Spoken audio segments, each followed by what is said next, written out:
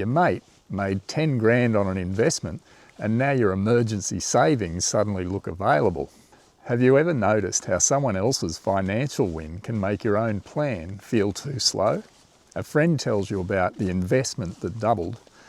Someone posts a screenshot of their return. A podcast says this is the opportunity people are going to regret missing.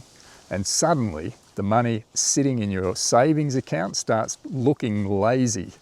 You think, maybe I should put more of it to work. It's just sitting there. What if I miss the opportunity?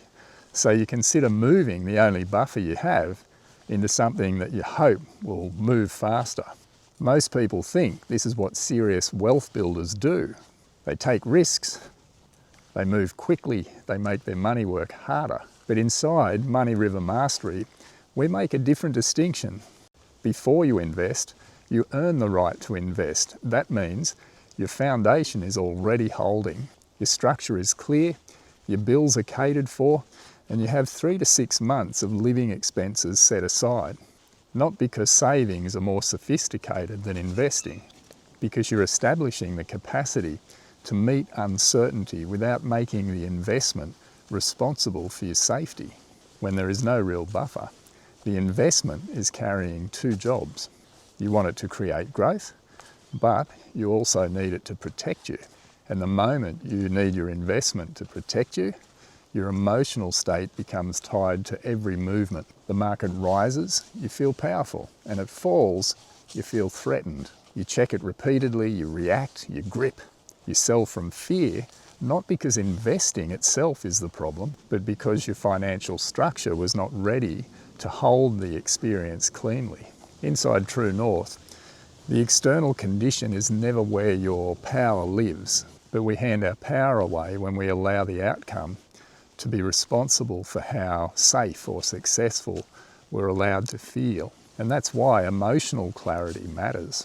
A sovereign investor is not wildly inflated by a win or emotionally demolished by a loss. They can acknowledge the result as fact, learn from it, and then choose what happens next. Inside Money River Mastery, even an investment that fails can become a tuition fee.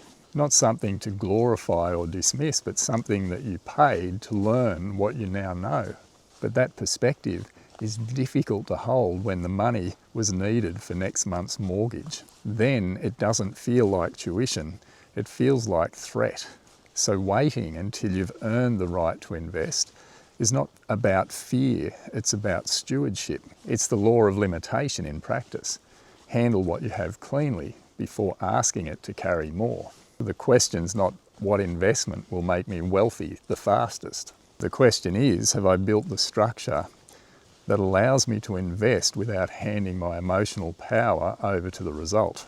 So maybe the next obvious step is not buying the next asset, but rather completing your savings buffer, cleaning up your accounts, learning this investment properly, or allowing this opportunity to pass without making it mean you've missed your future. Because real wealth is not created by reacting to every exciting possibility. It's created by becoming the person who can recognise which opportunities their structure is actually ready to hold.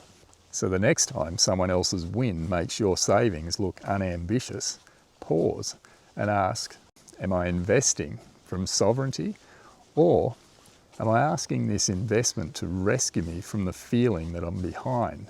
Because putting money at risk does not automatically make you an investor. Sometimes the wealthiest move is becoming ready first.